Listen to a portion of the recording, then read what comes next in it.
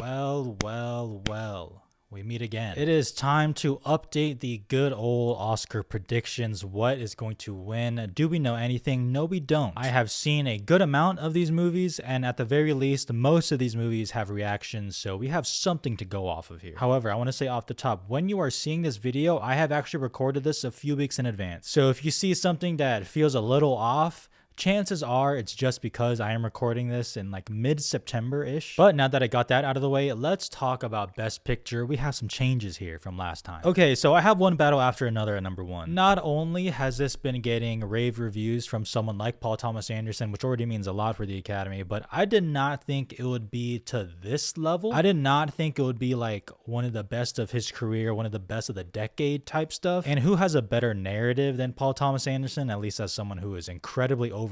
So to me, I actually think One Battle After Another is a pretty easy number 1 at this point. The only thing I could see really happening, which I doubt, is if this movie takes a really bad turn, A, at the box office, which I don't even know if that's going to happen anymore. Again, by the time you see this, you'll know what happened. But 2, I guess the political discourse of this could really tank it. Again, I don't see that happening, but that's an alternative spot in some universe. Number 2, I have Sinners. Okay, hear me out here, all right? It doesn't make sense for 1 and 2 to both be a Warner Brothers movies. Eventually, they're going to have to pick and choose. So my feeling is, I think One Battle After Another or Sinners is going to win Best Picture, and the runner-up is going to be Hamnet. So therefore, 1, 2, and 3 is that. If Sinners wins Best Picture, I think Hamnet's going to be the runner-up. If One Battle After Another wins Best Picture, I think Hamnet is going to be the runner-up. But I can see both of them potentially winning Best Picture. I don't know if I'm making sense to you, but it makes sense in my head. Number 4 is Sentimental Value. I low-key want to move that down. And the main question for me is, how confident is Neon riding with Sentimental Value? Are they still like number 1, full speed ahead, you are our priority? Are they going to pivot to it was just an accident? What about No Other Choice? There's a lot of things that are still piquing my interest about that, and I don't know what to do, and I'm scared. Number 5 is Marty Supreme, still the biggest question mark of the season. No one's seen it. No one knows what it's about. Not much to talk about there.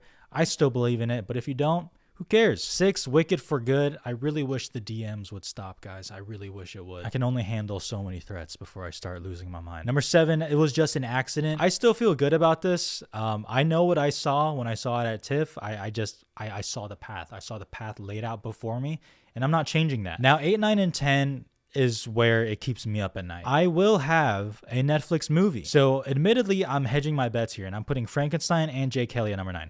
Again, it is mid-September-ish. I am banking on Jay Kelly's reception continuing to go up. It went up after Telluride. It's going to premiere in New York. I have no reason to doubt it's not going to do good in New York. And if it does, just forget everything and forget this video and just blank it. But it means something, at least to me, that the people who saw this movie at Telluride, a large portion of them still have it in Best Picture. I don't know. It's something to note. I haven't seen it. And I did not know what to do at number 10, so I just put Avatar Fire and Ash because when in doubt, just put in James Cameron, and I can't get clowned on too hard. Now, arguably, the next in line is maybe even more interesting. No Other Choice. I have no idea what to do. I'm still a little bit burned by how they have treated him previously. I'll admit, okay, how they treated Park Chan-wook and just Korean films in general. I don't know. And if No Other Choice remains its 3rd option for Neon, I don't know how well that sits with me. Springsteen, a lot of people have this in. This is just a gut feeling for me. I'm just not doing it. I don't see it. House of Dynamite, a lot of people have this now as the Netflix representation in Best Picture. This is, again, another gut thing. I just don't see it either, even though it has the reviews. I don't know why. It's just not speaking to me.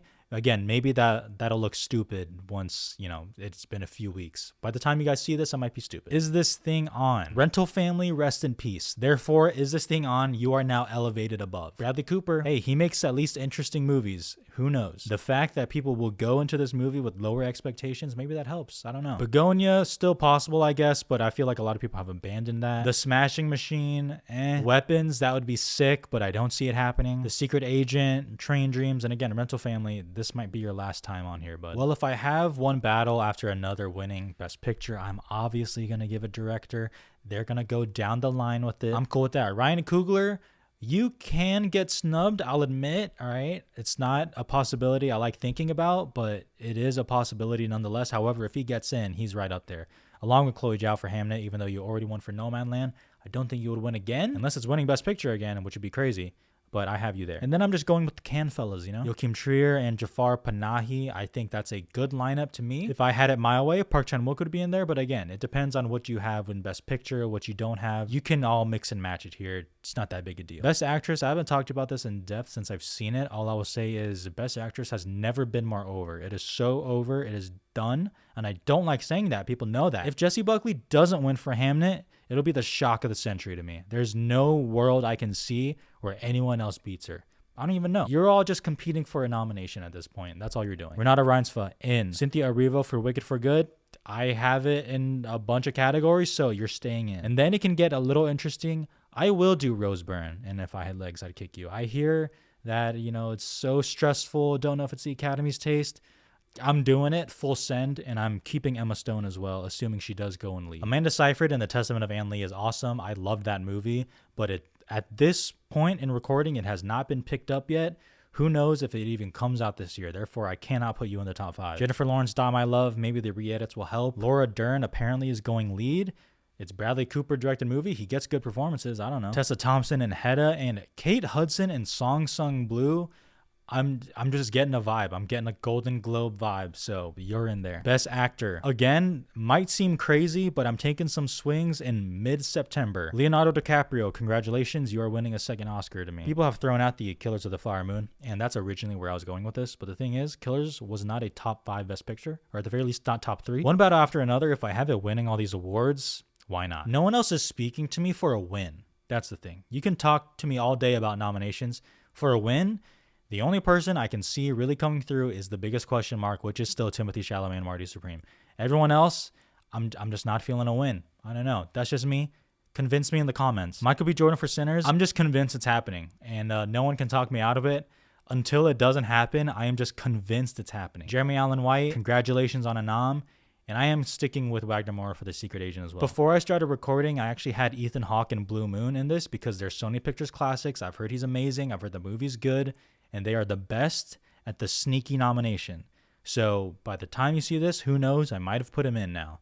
But there you all go. Supporting Actress is one of the most up-in-the-air categories. Therefore, Ariana Grande, congratulations. You stay at number 1. I realize the Wicked fans don't like me, but I think the Ariana Grande stans don't mind me that much, okay? Because I liked her in the first one. I like her, period. Cat Valentine forever. Frankly, I don't know who else to put at number 1, so you just kind of stay there. Congrats. I do have both sentimental value ladies. However, I have moved Inga Ibsdottir Lilius above Elle Fanning. There's a possibility. I'm seeing it. I saw the vision. I think she's amazing. I think she's more of a critic's push than Elle Fanning. She definitely has a bit more to do, in my opinion. But I have both of them in. Gwyneth Paltrow, why not? As like a welcome back. And again, I am a Marty Supreme believer. 5 is Tiana Taylor. She does not have a lot of screen time. But after I saw the movie, I was surprised at how much of an impact her character made. And her character is kind of what sets things off in a way. If it's a huge movie, a potential Best Picture frontrunner, why not? I want to put Amy Madigan in for Weapons so bad. So bad. There's a part of me where I'm like, if she gets nominated, can she win? Can she win if she gets nominated? However, I know I love Weapons, so if I put it in, people would just claim that I'm just doing it for the jokes or whatever. I want it to happen. I don't think it will, but I'm keeping my eye out on it. Then you see the others, Emily Blunt, Wunmi Mosaku, Nina Hosh is great in Hedda, Jennifer Lopez. By the time this comes out, I will have seen it. I don't really buy it right now, though. Supporting actor, I don't have anything interesting to say. I think this is the standard top 5 that people are going with in whatever order. Stellan Skarsgård in Sentimental Value is very good. However, it's not the slam dunk that I thought it was going to be by how people talked about it. So I am kind of keeping my eye on that. But he has the narrative. He's in a great movie. It'd be an awesome win. Paul Mescal in Hamnet fucking broke me. So I'll admit that it's influencing me here. I don't know what category he's going to go in, but I'll keep him in supporting for now. Sean Penn, he has 2 Oscars. I cannot imagine giving him a 3rd. So that is honestly what's keeping me back from it, but he's amazing. Adam Sandler, I'll admit, I'm hoping for it. Haven't seen it, I'm hoping for it. And Jeremy Strong and Springsteen. And then we can go a bunch of different ways. We have Delroy Lindo in Sinners, Sean Bean, Jacob Elordi has a lot of raves. Billy Crudup apparently has an amazing knockout scene in Jay Kelly, Jonathan Bailey, Jacoby Jupe in Hamnet. Who knows? But that 5 would be pretty cool to me. I'm not gonna lie, it would be pretty cool to me. Let's move on to screenplays. So this is where I have A House of Dynamite. This feels like not a huge contender, like above the line outside of like some screenplay, you know? I'm just straight up talking out of my ass. I have Sinners at number 1. It's the strongest film, the most, you know, quote unquote original. So I have it there. Sentimental Value, it was just an accident. Jake Kelly, I'm keeping in because if I have it in picture, I have to keep some form of package. So I have it there. I have Marty Supreme, quote unquote, getting snubbed. Blue Moon, is this thing on? Sorry, baby. And I know you see weapons down there. Adapted, One Battle is just going to run the table. Hamnet, congratulations. This is where I have no other choice. That'd be freaking awesome. Begonia, because it's still Will Tracy, Lanthimos. I think that could be something. And Wake Up Dead Man, I'll just keep having it in until it doesn't, you know? I do want to shout out Train Dreams, though, a movie that I have not stopped thinking about. And I'll leave it there. The full predictions will come at a later time with the below the line. For now, I'm doing all above the line.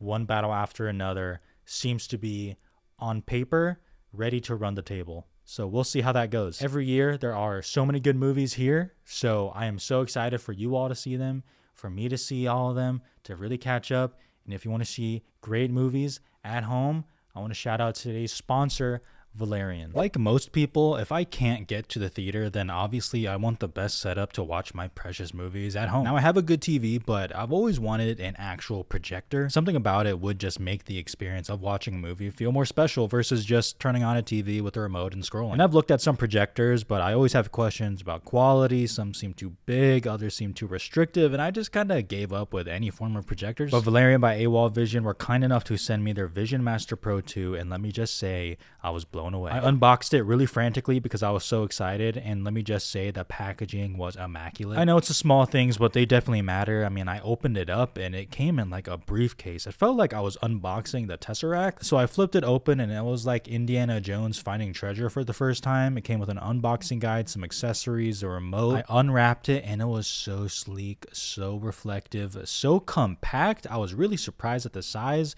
You can see me in the reflection there. I'm very excited. And they also sent me a motorized screen as well, which just drops down from the ceiling. Incredibly satisfying, let me just say. And I just had to put it immediately in action. I didn't care about anything else. So I immediately thought, what is the best way to test this projector?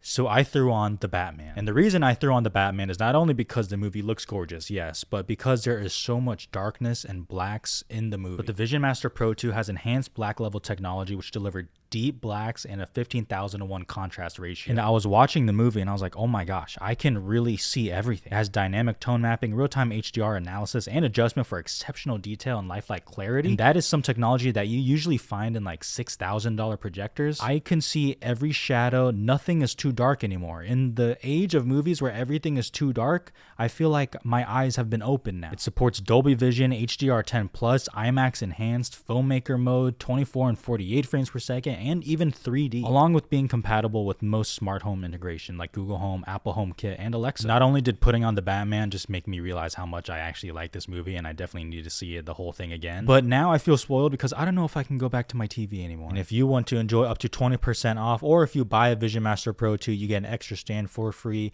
You can check out the links in the description. The official website is there along with an Amazon link. And once again, thank you so much to Valerian and AWOL Vision for sending over this product.